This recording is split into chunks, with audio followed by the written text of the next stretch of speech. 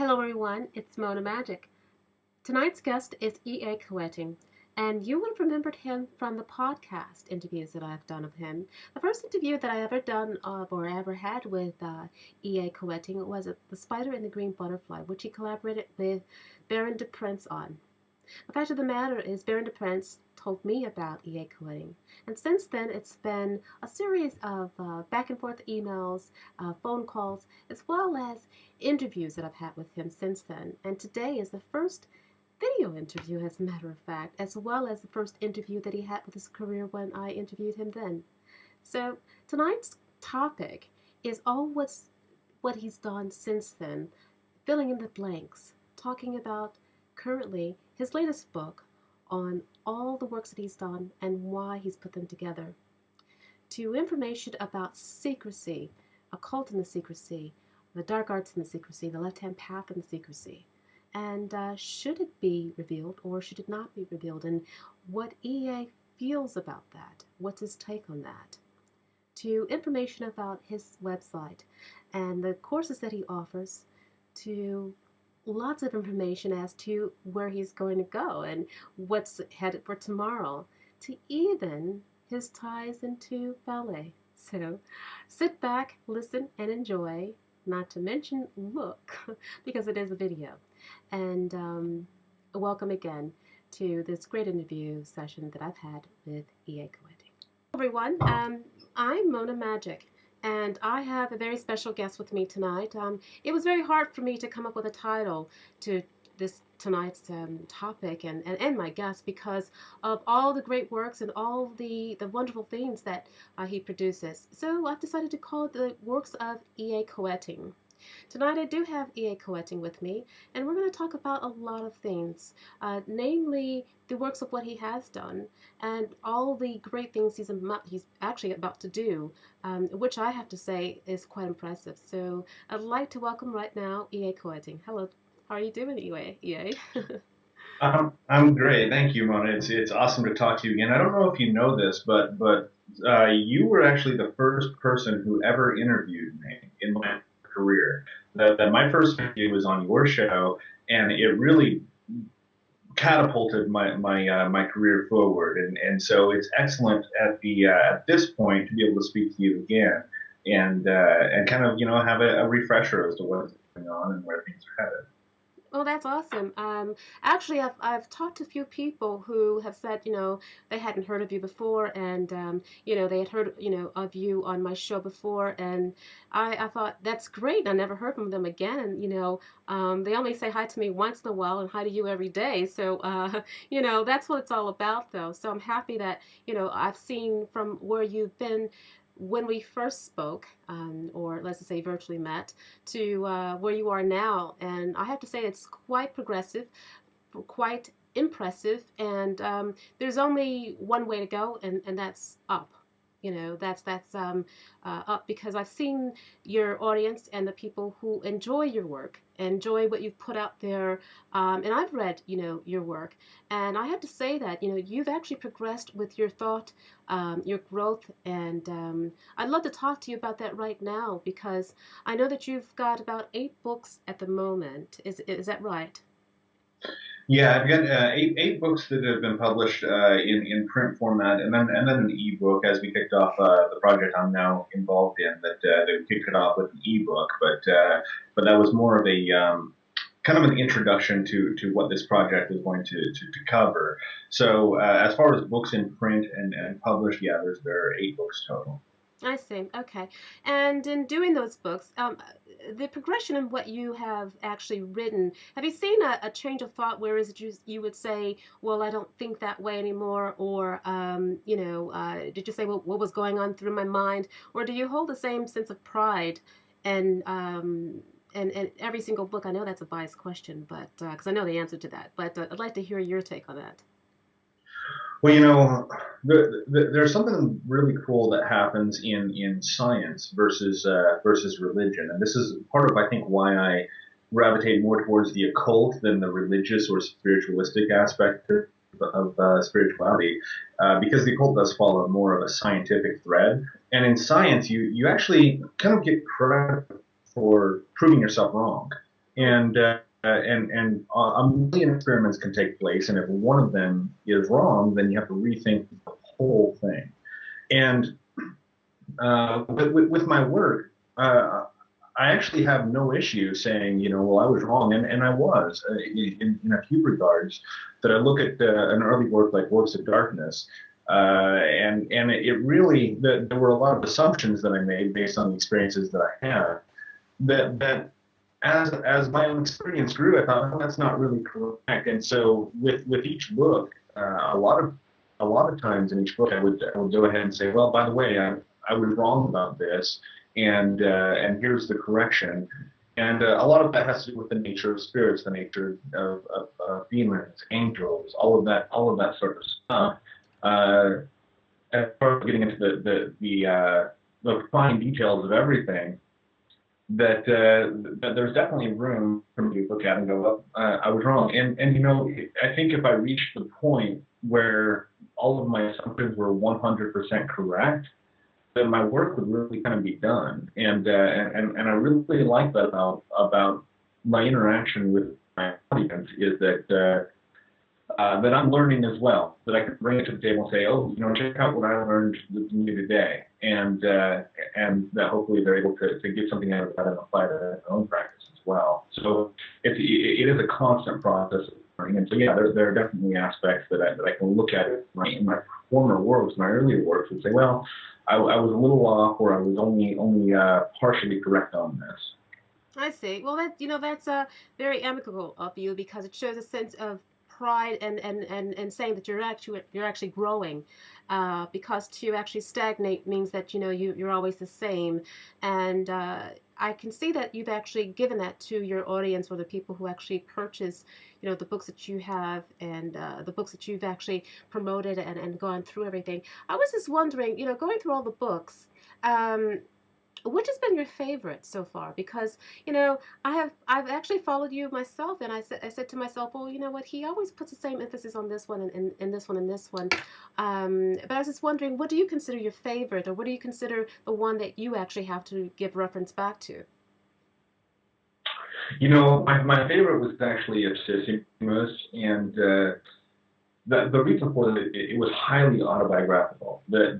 That as I wrote it, rather than having step-by-step instructions, which there were a few here and there throughout the book, but it was more here's what I learned and here's how I learned it, and for that reason, it was a lot more fun to write. I mean, if I'm being honest with you, when I was writing when I write all of my books, I would have a lot of fun writing them until it came to the step-to-step process. Then Yes. it's like okay, that's when it becomes work. That's when it's like okay, now I'm going to write step one, step two, and that was really the kind of the grind of book writing is to lay out the fundamentals and lay out the enumerated aspects of the whole thing.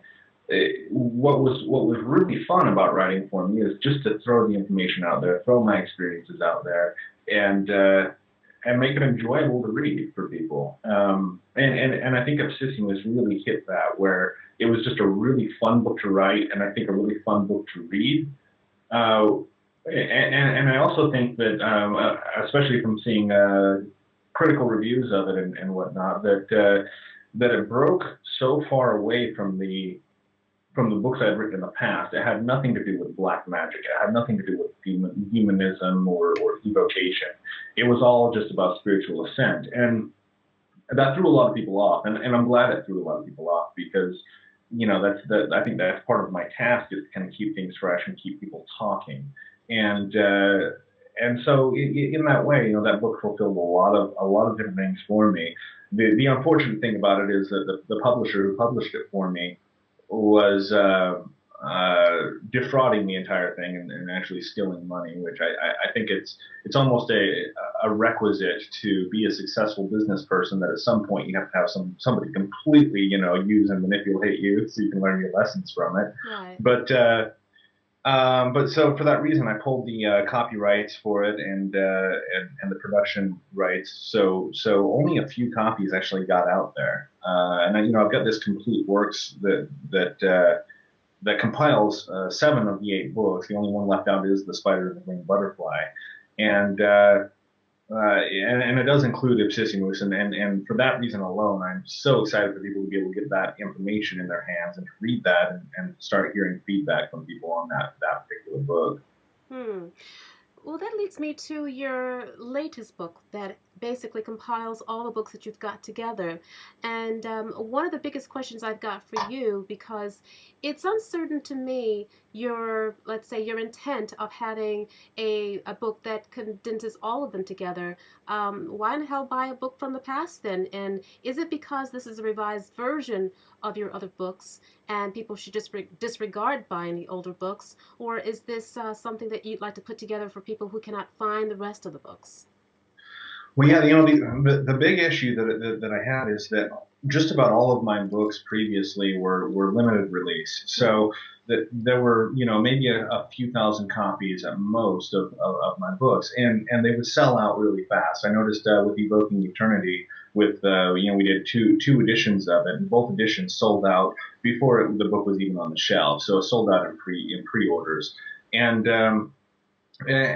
and that really kind of set the pace for a lot of my work, and what a lot of my books have done is done limited editions and sell out really fast. And so you look on eBay, and the books were originally through Exactsars. My first 3 4 books were I think they were selling for 40 euros, which turned out at that time to be about $58. And then I saw on eBay just only a month or two later that they're selling for Oh, $1,000, $2,000 a book. Um, and that's a bit more than I think I would want to ask anybody to pay for a book of mine. And so just as things came together, and as I wrote the Book of Azazel, and that was actually at the time that I wrote that, I knew that that was going to be the last book that I wrote and printed and had available in book format, because I could tell that my work was going somewhere else. At the time, I didn't know where it was going. I knew clearly that that was the last book I would actually write that would see print. hmm. And yeah, and so at the end of that, I still had a lot of people going, wait a minute, I never got Baneful Magic, I never got Evoking Eternity Right. or Works of Darkness, Kingdoms of Flame, and how can I get this? And so I got together with a couple business partners, and we talked about it, and made the decision to go ahead and release a complete works, Hmm. so people who wanted it could have it, and a really, I mean, a fraction of the cost of what it would take to compile all of my other books from eBay and Amazon, and buying them secondhand.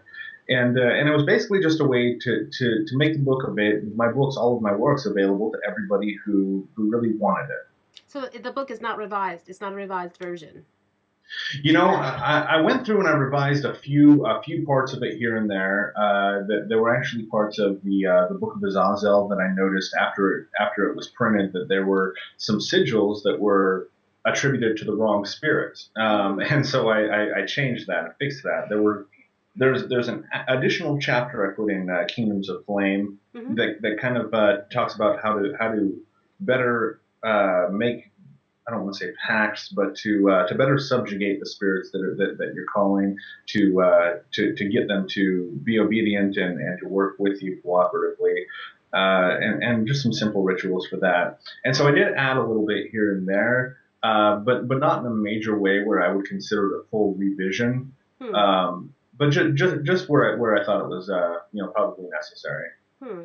But I'd like to ask you about that because one of the biggest questions that I have with a lot of people who put out grimoires and books on any type of works of magic is, the rapport that you do have with the spirits that you do work with and the results that you do get back is very much based on your relationship and whatever, innate abilities that you do have. So how far does it go and what do you do to actually help the people who don't have those abilities besides of course I'd love to go into the courses that you're offering now, but it's a bit hard to pick up a lot of the things that you've mentioned for someone to say, wow, look what he's done and look what I'd like to do, because I find that people think it's sort of like one of those evoke a god, for dummies type of thing, and not to say for dummies, but to say words that people feel they can pick up a book and then, just be that particular person who has that power. What do you say to those type of people? Well, there are two aspects of that. The first being that, there's a sense that this is not a religion. It's a science. It's a system, and you can apply that system and get results. Now, the difference that comes in with what we're talking about as far as being like almost an innate or inborn type of drive towards the occult, that'll kind of determine how deeply you're going to be able to experience these things and how massive of results you're going to without having a mentor to kind of help guide you and walk you through that.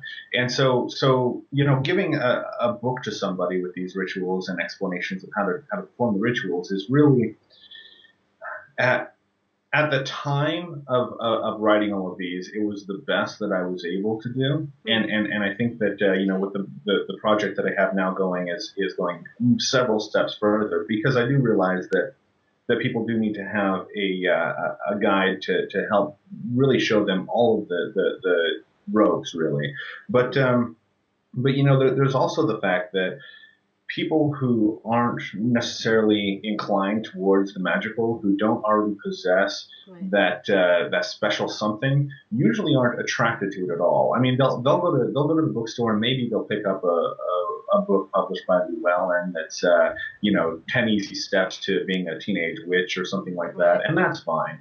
But in order to even reach the point of gravitating towards my works, it seems like there's a special something that's pulling them there. And I see that more and more that it's almost that people feel like they're called to my works, to my books, to my website, and so those people already have some sort of disposition to be able to utilize this information a lot more than just your average Joe on the streets. Sure. Well, I've seen a mix of things that you've talked about because I mean, I'm one of those people who has pretty much like a photogenic memory, and I store things and I just remember. Okay, I remember he said this, and he's made reference to this. You've used references to lots of various areas in your works and your interviews, such as even areas of the chakras to I believe that you even said something about Hinduism at one point, and then you've mentioned something to voodoo. You've mentioned something. I haven't really heard that about the Hermetics or anything like that. That's one thing I haven't heard a lot about from you. But you've done all that and you've combined it. And many times, many people within the arts focus on one area, focus on particular areas, whereas if what path they go down and what they do. However, it appears that you are actually trying to envelop, let's just say, um, magic into one area. And I'd like you to elaborate on that because I do know that you've given a recent lecture at the Dixie College, and that was on voodoo itself. And it was a little bit awkward for me to, look at it if I didn't know, you know, part of your history. And then someone thinking, okay, fine, you're talking about from the outside Western type of magic, and then you're talking about voodoo, and then you're talking about this. It kind of makes people feel, if they don't know you, that you just talk about everything, and most people want to put someone in a box. So I'd like you to really tell everyone that you're not in a box, you are in a box, or really, how does it all mix together? Well, there is no box. The I box didn't think is so. yeah. I mean, one thing, I think that I have a unique mind in that I'm able to see what to most people appears to be abstract, entirely abstract field, and I'm able to look into it and see the cogs and see the wheels and see how it works. And and I think that's given me a pretty intense advantage over where most people are able to look at things and perceive. And what that's done is it's allowed me to look at all different religions and see that they're all basically saying the same thing. Right. They're even teaching the same practices. They're even Mm-hmm. using the same color coordinates. They're using the same directional coordinates. They're I mean, even using some of the same exact symbols and not even realizing it. And you can see this from the earliest time where we had, one of the examples that I love to use is that of the ziggurat. So we Mm-hmm. had the ziggurat, the four-sided stepped pyramid, and that appeared in Samaria, and then it appeared around the African Congo, and then in Russia and in South America and all over the world. We're seeing about the same time that people are building these structures that are exactly the same. And then you go inside the structures and you see that they have a lot of the same symbolism. That a lot of the gods look very much like Right. gods from another place. And these are areas that are completely cut off geographically, cut off socially. There's no way for that information to be exchanged on a mundane level. And so that kind of tells me, well, there's a common thread. There's a voice that's speaking to everybody, and people are maybe just interpreting it a little different, putting their own vocabulary in it. But when you get down to the base of it, they're all really teaching the same things. And Vodun and Voodoo is close to my heart in that it's such an ancient religion that it doesn't have a lot of the modern interpretation. It doesn't have necessarily the westernization that you'll have with a lot of religions and the commingling of various aspects. When you get down into the core of it, it's a pretty pure religion that's based on a lot of really pure spiritual ideas. And yeah, so I can see where people are going, well, wait a minute, you were just talking, yesterday about using Teutonic rune magic, and now you're talking about voodoo. What's going on? Mm-hmm. Well, there's actually more similarity there than I think a lot of people realize, and that there's a common spiritual undercurrent to it all. And so, part of my work is to really take all of these and find that common ground. And that's why in my books and now in my courses, I try to find the axioms or the elementary principles of all of these occult arts, because whether you're calling on a deva in Hinduism, or you're calling on an orisha in Santeria, or a demon from the Goetia, regardless of what you're calling, there's a step of there are certain steps. There's a certain system that works, and it's been proven to work time and again over millennia. And I like to look at it, and find the common thread. Well, what are the Vedas teaching about this versus what's the Torah teaching about this? What are the Bhagavad Gita say about this, and looking at all different religions and different systems of past, and saying, well, they're doing the same thing, and not only are they doing the same thing, once you strip away the dogma, they're actually using the same methods. Hmm. Do you feel that this will get lost in translation, though, for the actual authenticity of really what certain religions and certain paths of spirituality actually want a person to do? Or have you sorted that out to maintaining, the genuine essence of each one? That's really a big part of the issue is maintaining the authentic essence of it. And I mean, to be honest with you, no, I don't think that I expertly do that yet. Where if I'm talking about Baudin, and I'm doing that in a 2-hour course at Dixie State College, that's gonna give people a really brief overview. Yeah. But in order to really get into the essence of it, and I know you know this from your own practice as well, you have to. I mean, you're looking at years and years of discipline and service, Right. and bringing yourself into alignment. And so there's not going to be a quick 2-hour crash course that's gonna deliver the essence of it, but it'll deliver the basics. And I think that a lot of people, if they're not interested in it, if it's not something that calls to them, they might watch the video and then just dismiss it. But I think that it's enough of an introduction for something like that, or an interview such as this, that people who are feeling called to it are going to be able to look at that and then seek more information. And and then it's also, my task at this point through my website and such to provide that extra information, to have these courses and to have articles and newsletters and interactive studies that people can use to actually get into the essence of it. But no, there's no way in a 2-hour course that you can deliver the authentic essence of the original religion. No. I see.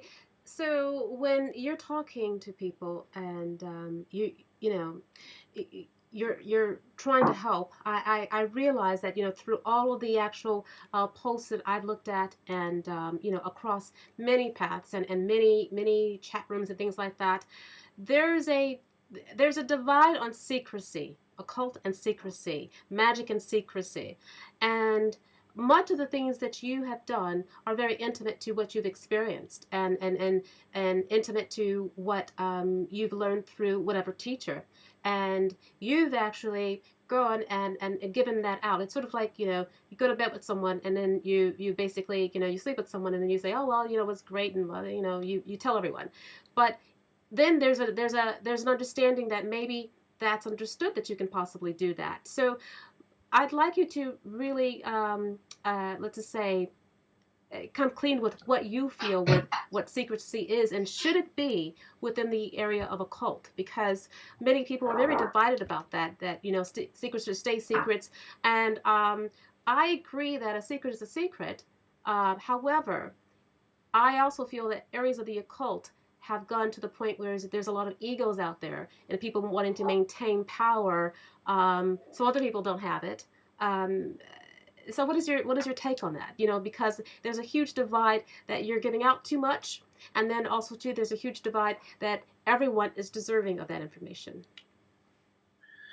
Well, the, the, I think you brought up one of the big points of that, which is ego worship and guru worship. That in order to have this information, you've got to serve in the temple and sweep the floors and do this and this for this many years, and eventually you're going to be thrown some breadcrumbs of the truth, and that's only if you're found worthy by the guru.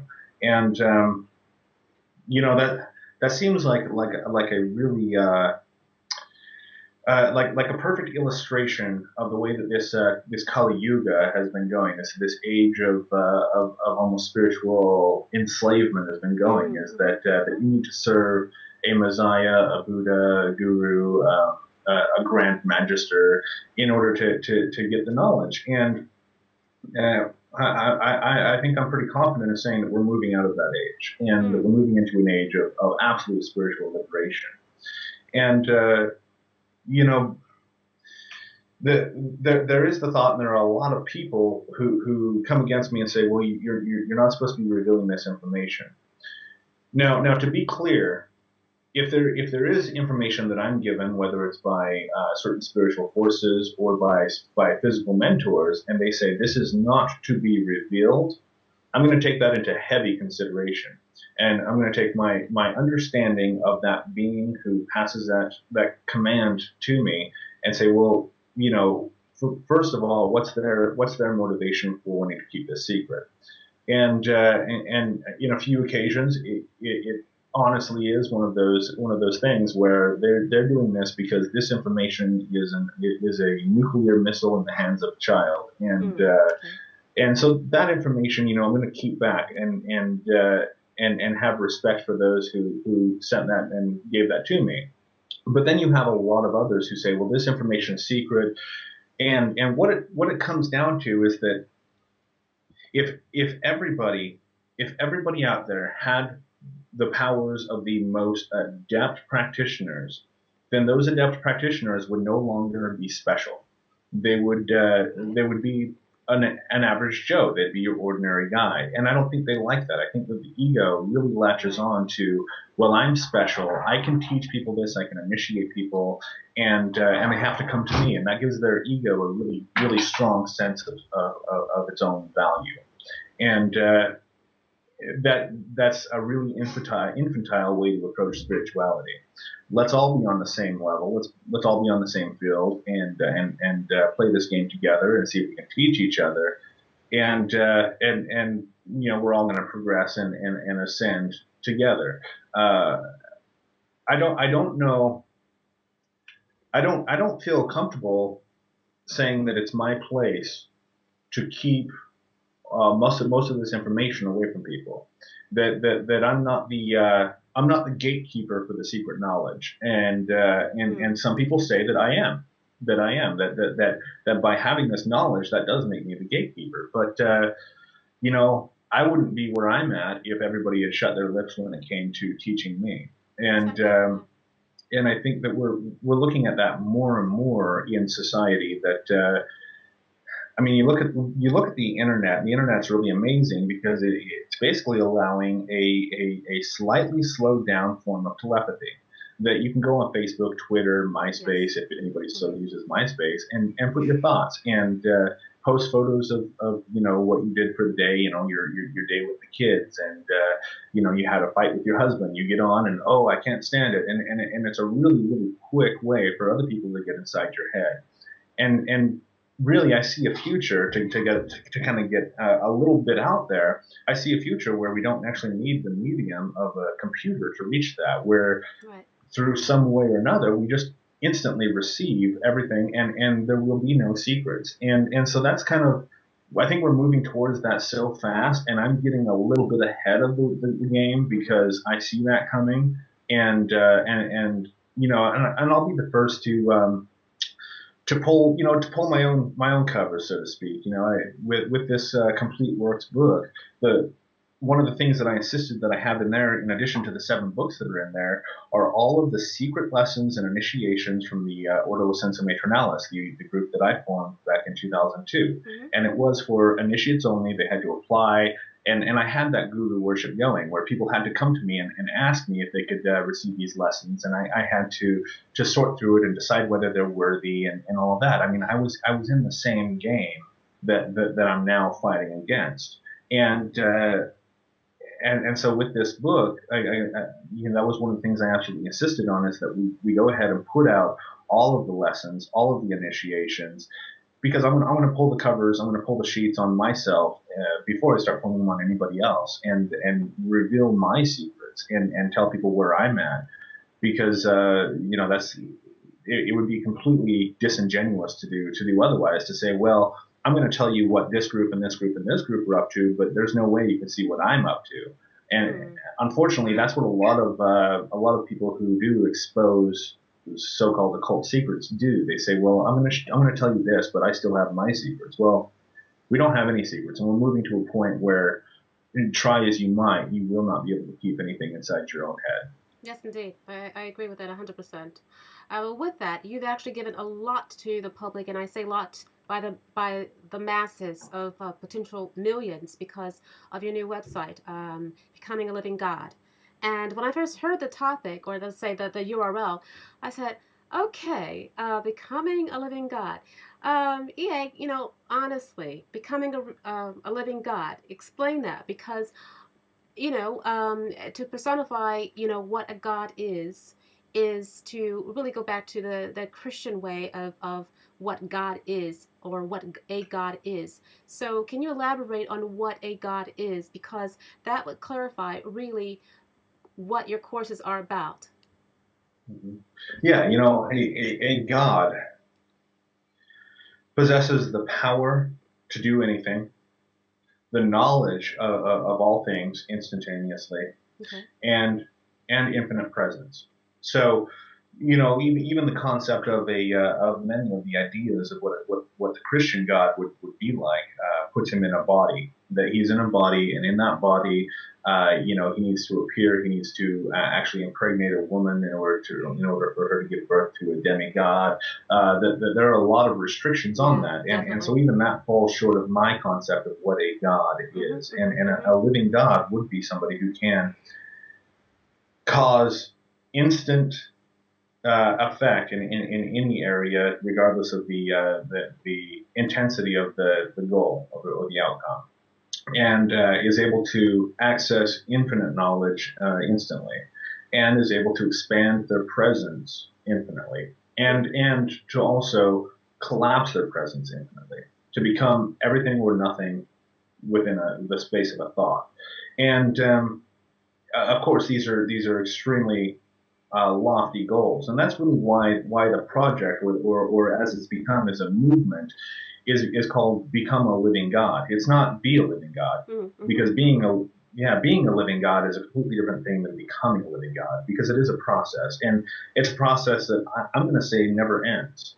Indeed. That there are always limitations. What I've found is that through and I have those three godlike powers that you have: omnipotence, omnipresence, and omniscience. And you can access omnipotence through evocation. That I found that Mm-hmm. evocation will allow you, and simply calling on spirits and sending them to go do your bidding is one thing, but that's just the beginning of evocation. That evocation is actually the template for really dynamic creation. That once you learn how to master and harness the powers of evocation, you can materialize any object that you want. You can make any change that you want in your life, and the effects will be increasingly instantaneous. Meaning that it's going to start out as you might have to wait a couple hours or a couple days to get what you want, but the more you master it, the more you see that time gap narrows quite a bit. Hmm. And yeah, and then you can access omniscience, being able to tap into infinite knowledge instantly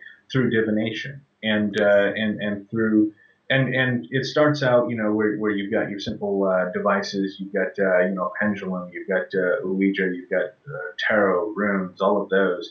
But really, there's an underlying current that allows divination to work, and it's tapping into that current. And I've got that mastering divination course that's already out that teaches how to tap into that infinite well of knowledge.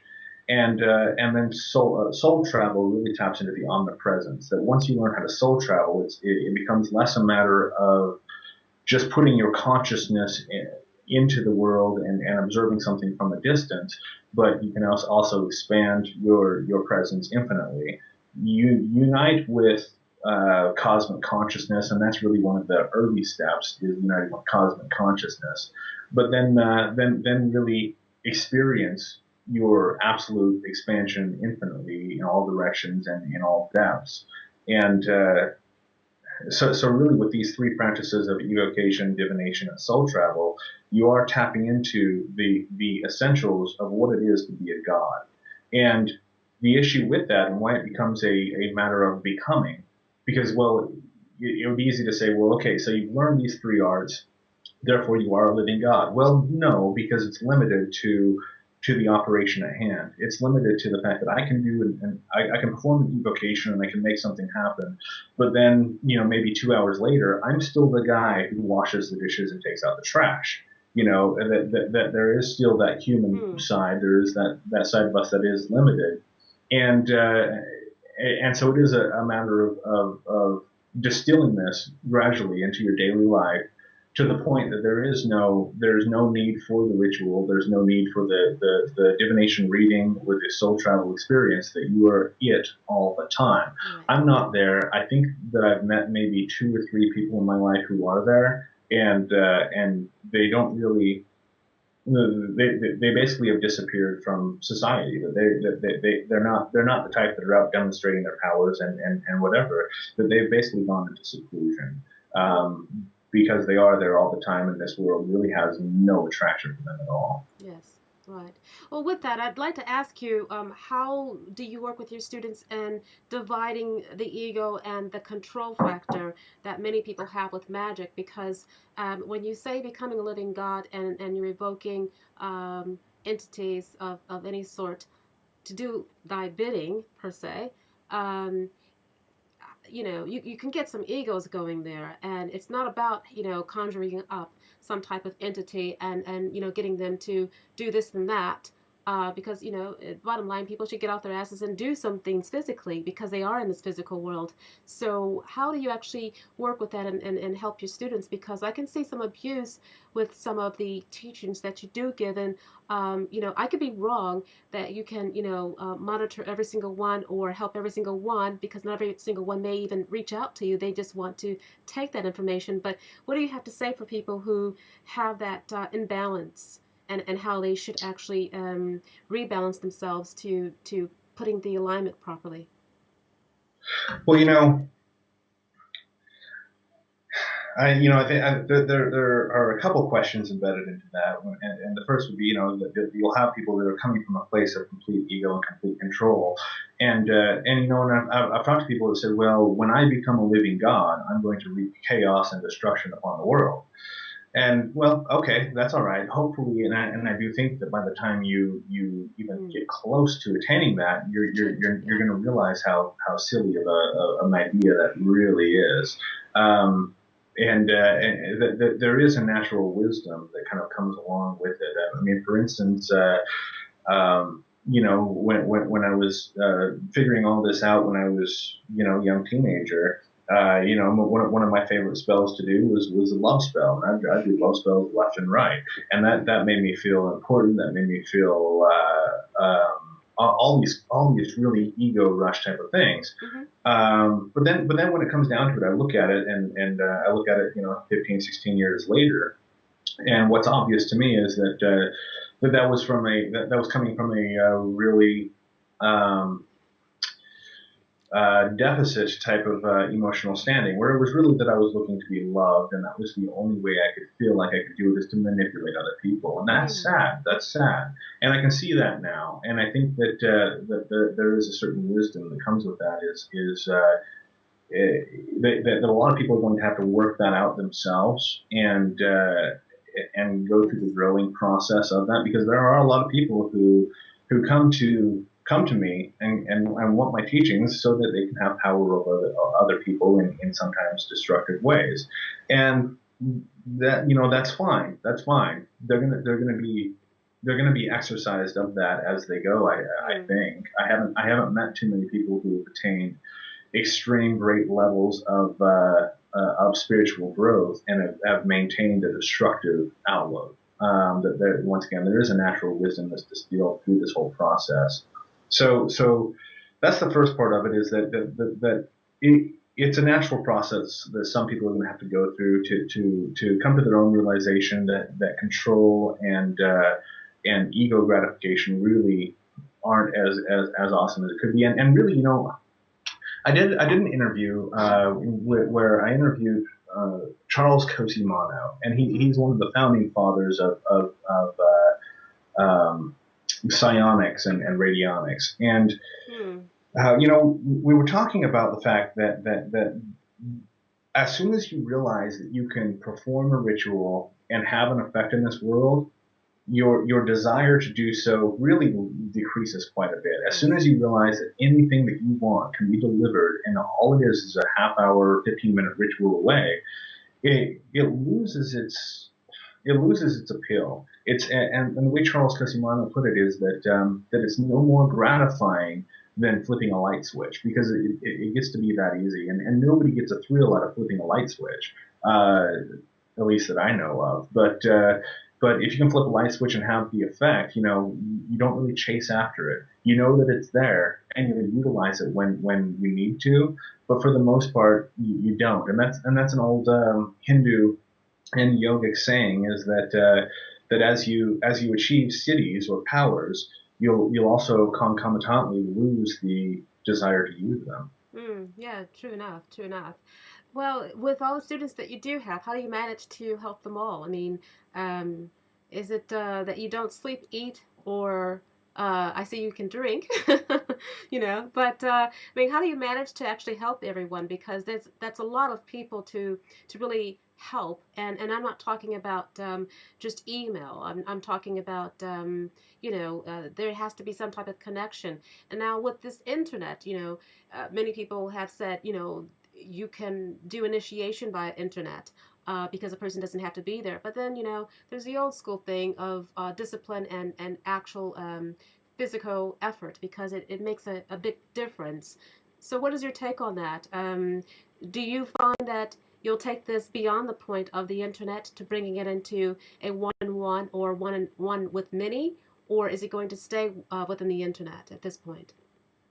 Well, I don't think that it necessarily can infinitely remain on the internet. I think the internet is an excellent tool, but there's also a real world, and there's got to be that blend there where, I absolutely love the internet and I love what it's being able to do for people. Sure. However, I also love to go on hikes and get to go swimming and fishing and to get out in nature. And that's where I feel like the spirits are the most alive is in nature. And so there is a real world outside of the internet. And I think a lot of people lose sight of that, the fact that there's something outside of the internet. But I obviously have these courses and all of these tools that people can access online Hmm. to begin their process. But then I know that a lot of people, and especially after I put out the Mastering Divination course, I knew that a lot of people started having they needed to work the kinks out of it. And they needed Yes. that mentor to Hmm. help guide them through it. And so I opened up doing consultations for people that we can get on the phone, we can get on Skype, and I prefer Skype so we can see each other and there's an Sure. interaction there. And yeah, and really talk through these and figure out what they're doing and how they can fine tune their process and sometimes even drawing out a really clear path working to get them where they're at to where they want to go. Hmm. And a lot of people have gotten a lot of really good experiences from that as far as being able to catapult themselves forward. So there is that individual aspect of it as well. That we have the programs and the different tools that they can use online and anybody can get them, and then the consultations where they'll book a consultation with me, and really one of the things that I'm moving towards, and I certainly hope that my business partners in this are okay with me putting this out there, but once we have the three godlike powers programs, the programs of mastering divination, evocation, and omnipotence, or I'm sorry, divination, evocation, and soul travel, Hmm. which are I've got the divination. I'm working on the evocation now, and the soul travel will be probably later this year. As soon as those are done, then I would really like to start doing some more workshops, seminars, and even retreats. Do a 3 or 4 day retreat where people can come. We Sure. can work together on all of these aspects and learn and grow together as a group. Because I know that there's something that happens in person when Yes. I'm teaching people in person that I can move energy through them. I can talk to them and I can help them to feel that connection and utilize that. So this is going to be really an all-inclusive type of experience where previously all I was able to do was really give somebody a book and hope that they could do the best they can with it, and that's Hmm. just not enough. And putting out a video course out there is just not enough. Even I mean, we've got 12, 15-hour video courses, but that's still there's still that fine tuning that sometimes is needed, and so I try to make myself as available as I can to help people with that. And it does get to be a matter of like I mean I definitely eat and sleep still, but but I'm basically working most of the time, and that's okay because I'm working doing something that I love, and this Hmm. is my passion, and so it's not really work at all. To jump on the phone with somebody and help them figure out how they can actually produce a materialization of the spirit and evocation, that's fun for me. And so it's not a matter of sacrificing my time for that, but it's something that I actually enjoy and is my passion, and I think I'm able to help people quite a bit through it. I love that you love your work because I love my work too, and it's it's you. I could not separate it from myself because it's me. So I can resonate with that. That's great. And with that, has your life changed? You well, it has changed, but your life has changed tremendously since the first time you started. Because I looked at your website, and you know. That picture that you have of your gothic look when you were a teenager, to the way you to the way you are now, and then your thought process back then has changed tremendously. And you're a young man still, and you've got, let's just say you're up in your 60s. You're going to have a whole different view, possibly. I'm saying most likely. um, is there anything that you can foresee within yourself or for yourself that you would say that you would like to be at a certain point, or have things changed around you, besides of course the conversation we had earlier about secrecy? Right. Well, There's a lot. I look at one of my greatest mentors is Dr. DePrince, and I look at where he's at in his life, and I really can't wait to get to the point where 50, 60 years old, and to see where I've progressed, and because I look at where he's at, and I can also look back and see some of the stuff he was doing, when he was my age, when he was all over newspapers and magazines and whatever, and it's a really cool progress to see. Where I would like to be is really hard to say because I started this whole path really with my own experience when I was 12 years old, maybe even younger. When I was younger, I was still trying to work the kinks out of it. But when I really nailed it down, that it is ritual, it is occult, it is magic that I was looking for. I was around 12 years old, and I don't think that I could even have comprehended where I would be now. And if I could comprehend it, it probably would have scared the hell out of me. So because there's a lot that goes into it. There's a lot of discipline. There is a lot of sacrifice that goes into it, and the experiences are beyond understanding unless you've been there. There's a saying that to him who has not had the experience, no explanation will suffice, and to him Indeed. who has had the experience, none is necessary. And Indeed. in that way, I look at that and go, there's no way that I could have seen at 12 years old where things would be now, and so to even try to guess where things will be in another 20, 30 years is impossible as well. Well, just think of the impossible. That's all. Yeah, Yeah. yeah. And it's exciting for me because it does get to be not just not just 10, 15 years of growth, but it's actually an exponential growth that when you start on this path of unfolding, that 10 or 15 years, it turns out to be about 150, 200 years worth of experiences crammed into one because you really accelerated everything. Yes. Well, on a last thought, you just mentioned Dr. DePrince, and I do believe one of our first interviews was the book that you collaborated with Dr. DePrince on. Um, in reference to that, have you thought about doing anything else with him, or I mean, I've heard you speak about him a lot. Um, how far does that go to the point where is that you could possibly work together and escalate, the works that you do presently, or is it that you've actually collaborated with many people and you are developing a new system and as you've mentioned, a new movement? Yeah, with after the Spider the Marine Butterfly was written, the Prince and I sat down and had a conversation about doing further books in the future, and the for a lot of reasons, we decided that necessarily wasn't the best idea, Sure. and I think mainly because there and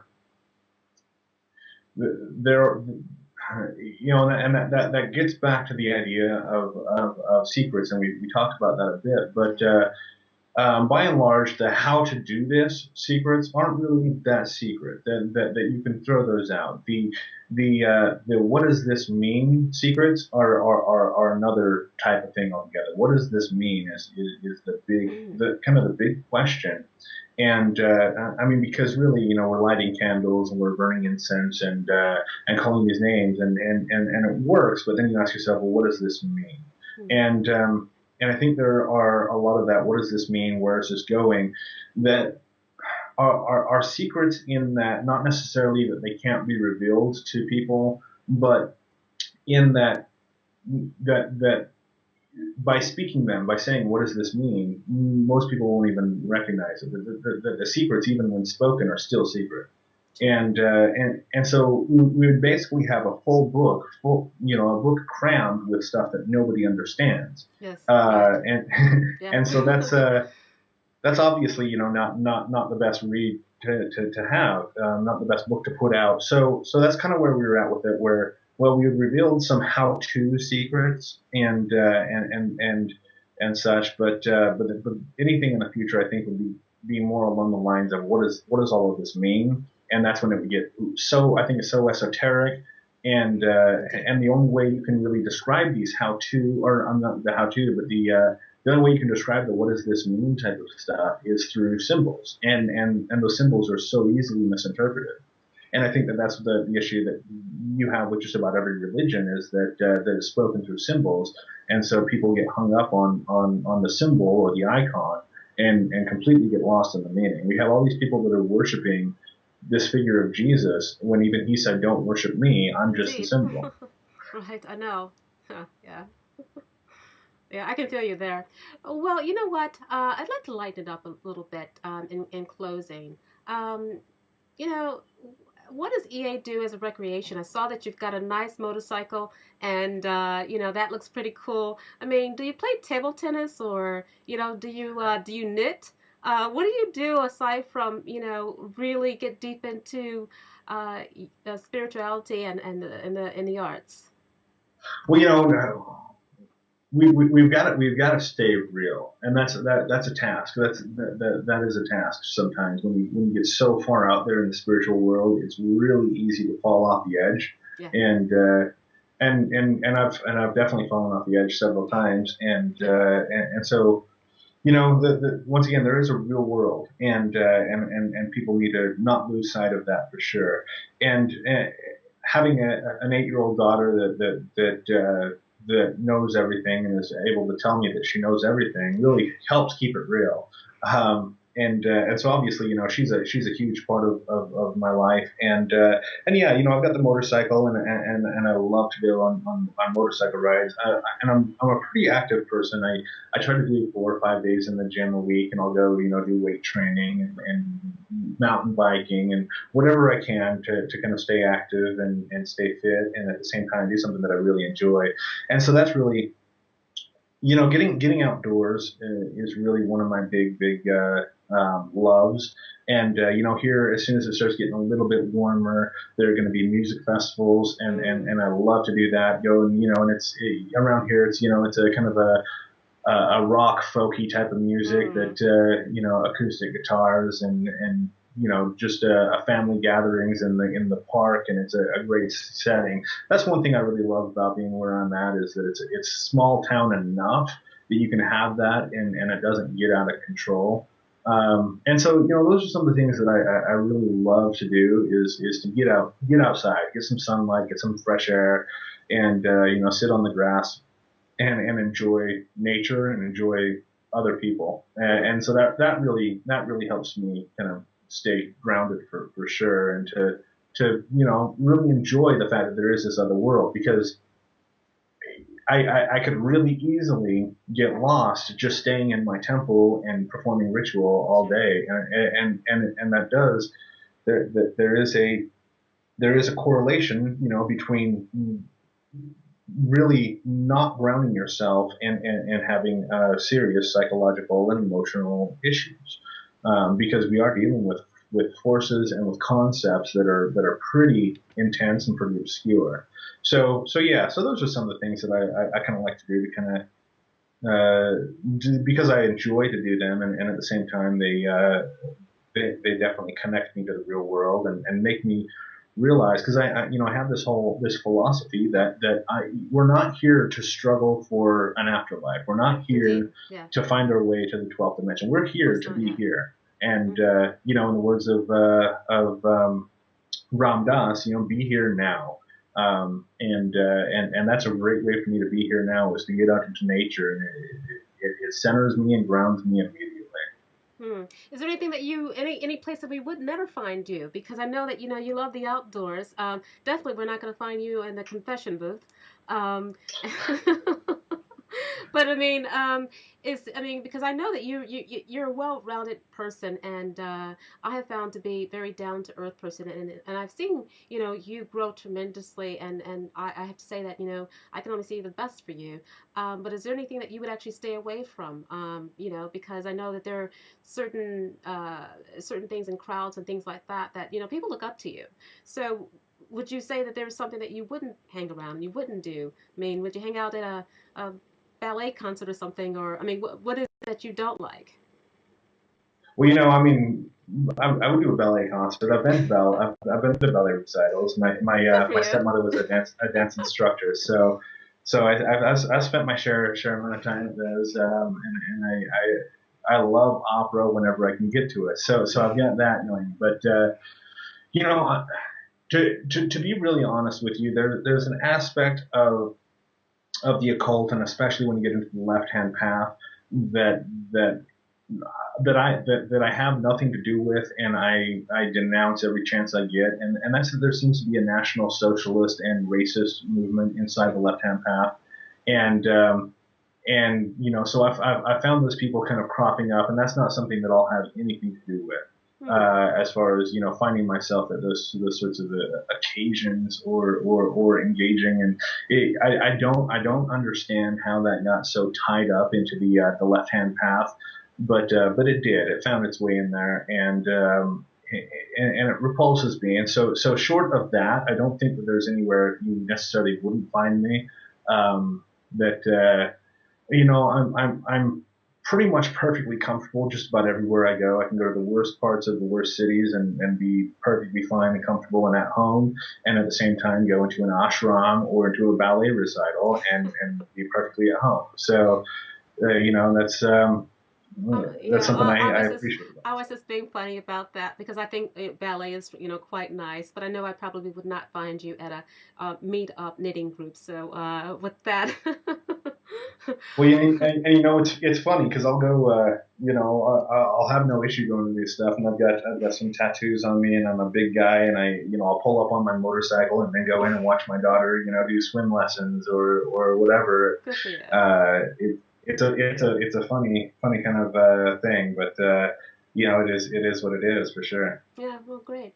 Well, I want to thank you for joining me tonight. I believe that the audience have learned a lot about, you, where, you've come from. Everyone pretty much knows, and because they can find that on your website, becomingaliving.com.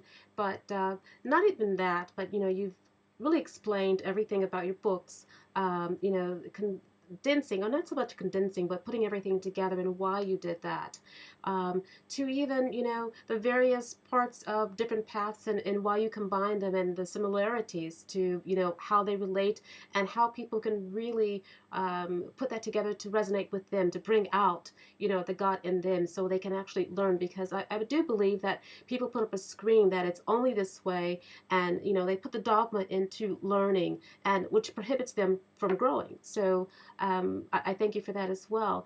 To even, you growing and having hopefully some retreats and hopefully a book, because I'm looking for some type of fictional book that you actually put out, or something that you put out and, it goes beyond the point of what you've done ever so, from the past. So I'm looking for some more books as well.